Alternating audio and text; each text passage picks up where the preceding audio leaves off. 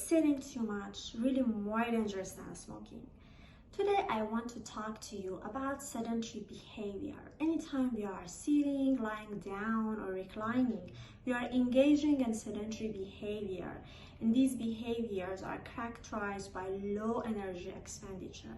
And sedentary physiology is the study of our physiological responses and adaptations to these activities. But the thing is, being sedentary is not the same thing as being not enough physically active.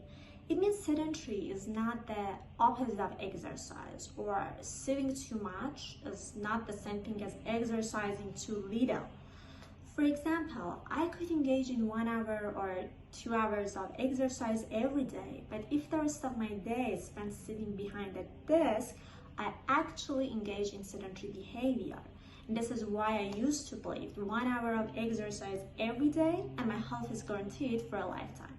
So one person still could meet all physical activity guidelines by doing moderate or vigorous exercise on a daily basis while still being sedentary. And what are some negative health impacts of these behaviors?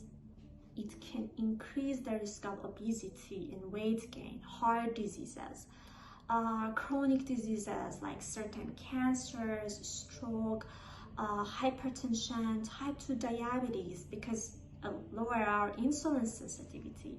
And it can also lead to reduced muscle strength and muscle endurance, because there is not much work while we are sitting. And also it can increase the risk of osteoporosis, because it can lower our bone mineral.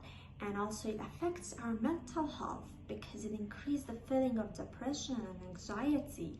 We all experience that after long hours of sittings. When we go for short walks, suddenly we feel life flows into us.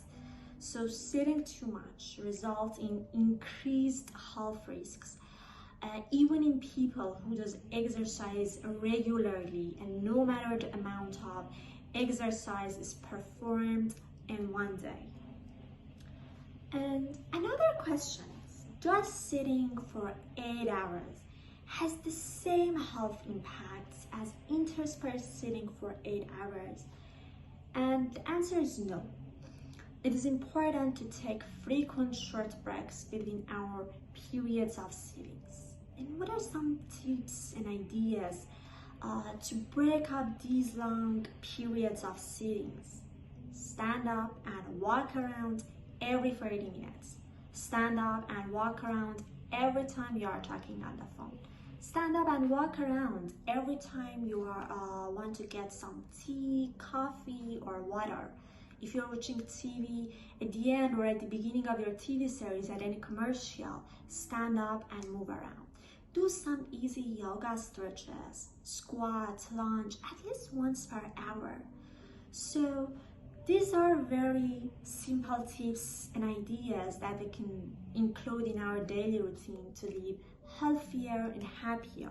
If you are studying, working, watching TV, playing video games, sitting and chatting with our friends, we can set an alarm and remind ourselves every 30 minutes it's time to stand up and walk around. Thank you so much for watching this video.